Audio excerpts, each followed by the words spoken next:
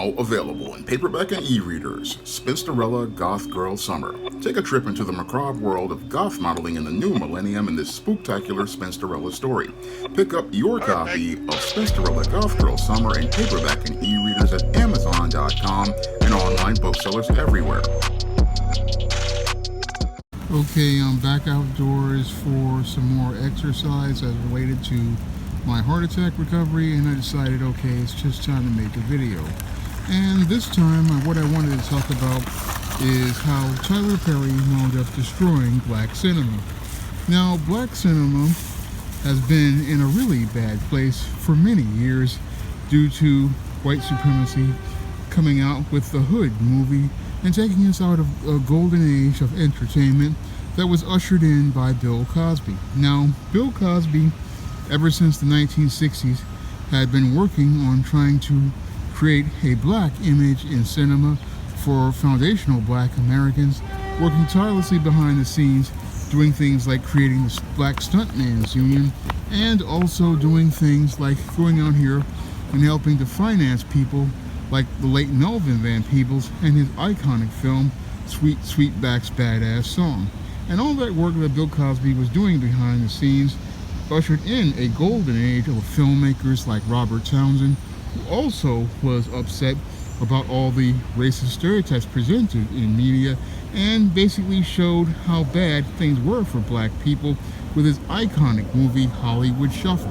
And with that iconic movie Hollywood Shuffle, and other filmmakers like Spike Lee and Bill Duke, it basically ushered in a golden age of black cinema, a golden age of black cinema where we got to see balanced, humanized images of foundational black Americans in film and on television with TV shows like The Cosby Show.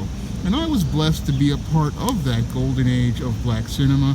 I mean, to be able to watch those type of images, and all of those images really had a major impact on me growing up, because seeing those balanced, humanized images really helped me to see a picture of myself that basically showed me that a black person could go out here and achieve and go out here and be a success, something that we didn't get to see in media ever since the days of the beginnings of film, where the only way we could get to see that type of imagery was with independent black filmmakers like Oscar Micheaux. And ever since then, the only way we've gotten great images of black people is if we went out here and financed them ourselves, like Oscar Micheaux, like Robert Townsend, like Bill Cosby and Melvin Van Peebles. And they basically, again, created an image of black people that basically showed us a balanced, humanized picture of ourselves and showed us being a part of a larger world. So when those black filmmakers came out, again, they elevated the image of black people, and that golden age continued to go on into the 90s with movies like the Hudlin Brothers' House Party and many other great films. Unfortunately, what happened is that a lot of black people didn't believe that those images were real, even though they were showing a real picture of black life. They were showing a real picture of black life, but a lot of black people, we bought into these stereotypes and imagery in mainstream media that was presented by white companies. Again, that's all part of that spellbound mindset and looking to fit yourself in a black box that's acceptable to white people. And that's when the bootlegs came in and basically derailed all of that efforts to try to, again, take control of our image. And what happened is we got the Hood movie. Now, the Hood movie basically was something made up by white studio executives to get black people off the road of seeing a positive picture of themselves. And the Hood movie basically was something made up as related to a narrative that they wanted to see regarding black people. And that narrative basically was one where what they wanted to see was black people, again, drinking 40s, going out here smoking drugs, going out here shooting and killing each other. That's what they wanted to see in movies, and this is where they came up with the Hood movie. And basically what they did was repackage movies like Boys in the Hood, because Boys in the Hood was not a Hood movie.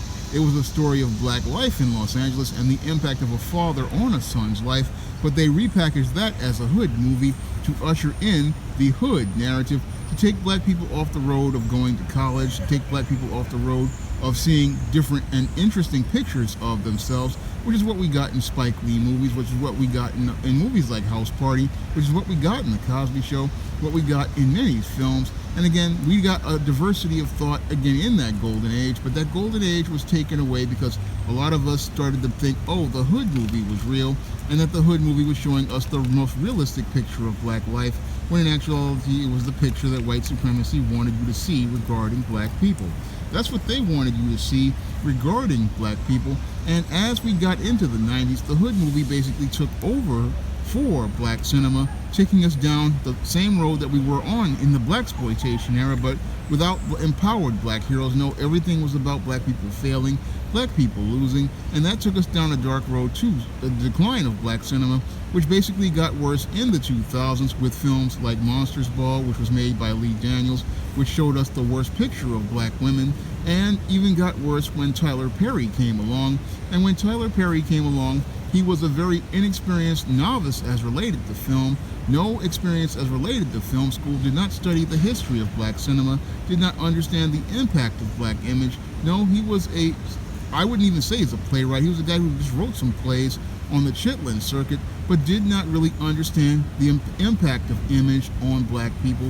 And because he didn't understand the impact of image on black people, he went out here creating these Medea movies and these other types of movies that basically destroyed the whole foundations of black cinema and took us back to the days of Jim Crow and took us back to the stereotypes of Jim Crow. And as he took us back to the stereotypes of Jim Crow, he basically created a formula that destroyed black cinema, and instead of us getting those richer stories and diverse stories of black life that we got from people like Bill Cosby, people like Robert Townsend, people like the Hudlin brothers, and many others who were out here making unique films that basically showed us different fingerprints as related to their stories, what we got was an assembly line of formulaic stories, an assembly line of formulaic stories that basically promoted anti-black racism in a package with a black person selling us a narrative, selling us an anti-black narrative that was really nasty, again showing us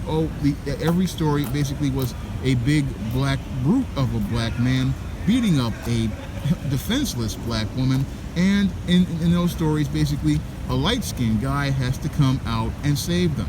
I mean, this is the narrative that he put in many of his films that basically destroyed black cinema, because in these stories there was no real context to any of the storytelling, no real context to why this whole situation was happening. All it was just presenting the victimization of black women, presenting the victimization of black women in a movie, and again with no real context, no real understanding, no real depth or layers. And this is what made cinema for black people go just straight down the toilet, because this guy basically all he does is to, again, one, tell the same story over and over again, and two, creates narratives that basically divide black men and black women as related to breathing brand new life into old stereotypes, breathing brand new life into old stereotypes, saying that black women are being abused by brutish black men, no different than what Alice Walker presents in her book and the movie adaptation of Color Purple, no different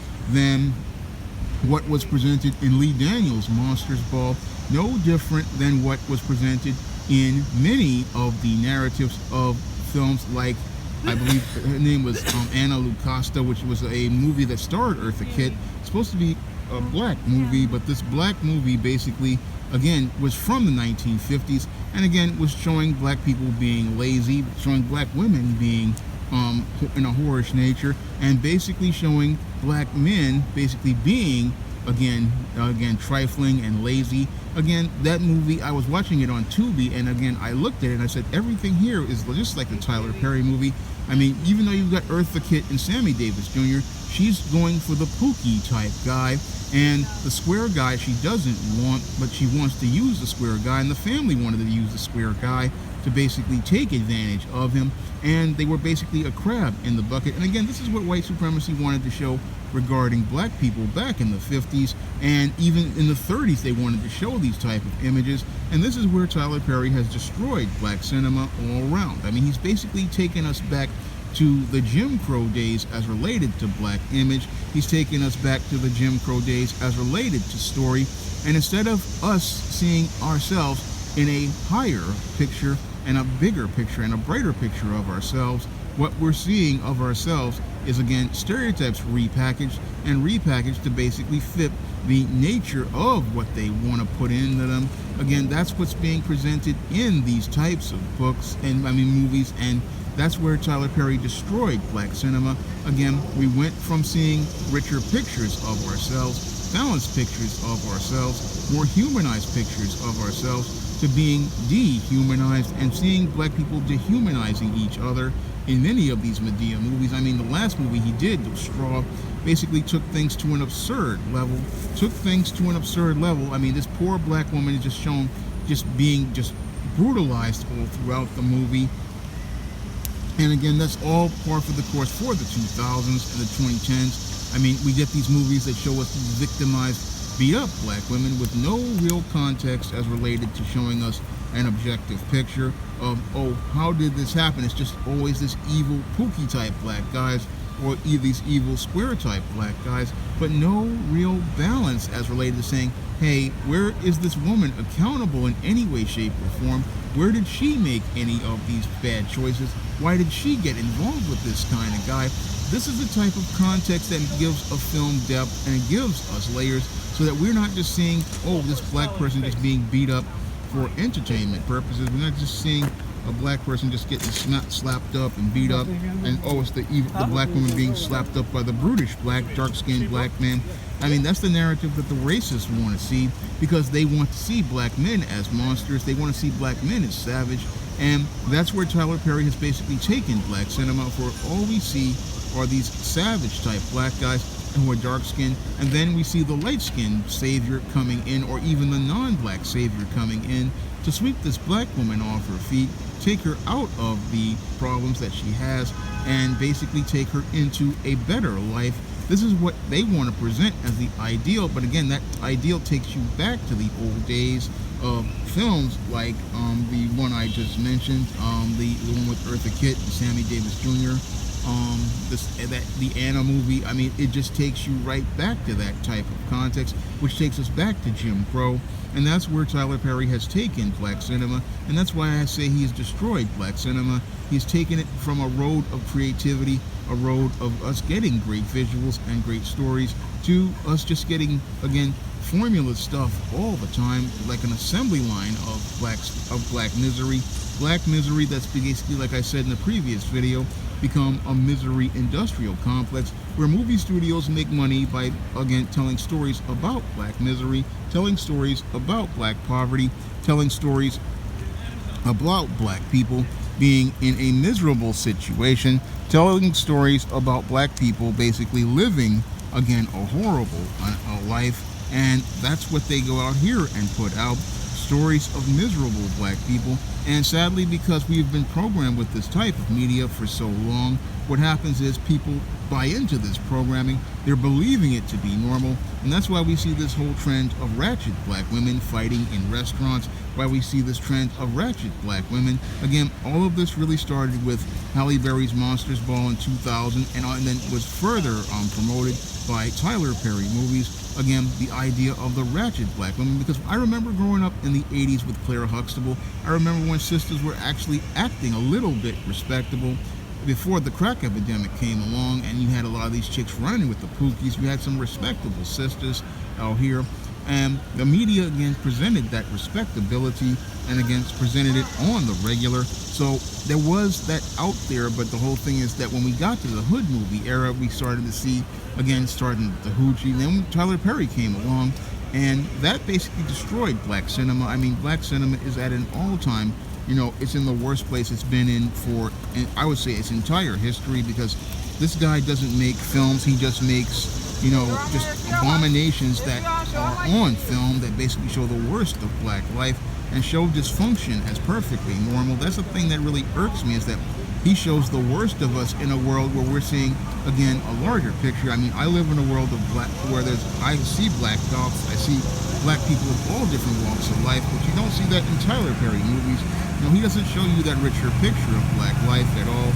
No, he just shows you the same old thing. So that's the thing that really I look at as related to black cinema. I see how he destroys black cinema, and Tyler Perry basically, again, took a wrecking ball to black cinema, ruined it for basically everyone out here, and made it where black cinema